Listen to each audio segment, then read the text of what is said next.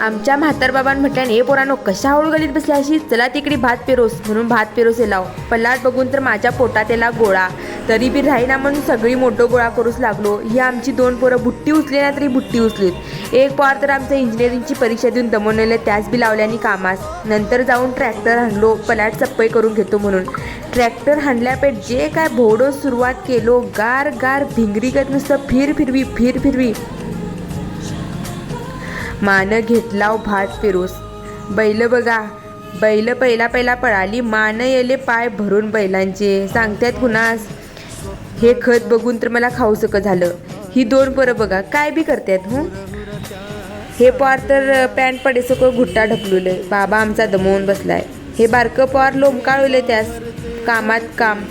ह्या ट्रॅक्टरान तर एवढा त्रास दिल्या म्हणून सांगतो. पळलं तर पळ पळे, थांबलं तर घट्टच थांबे, ढकललं तरी जाईना.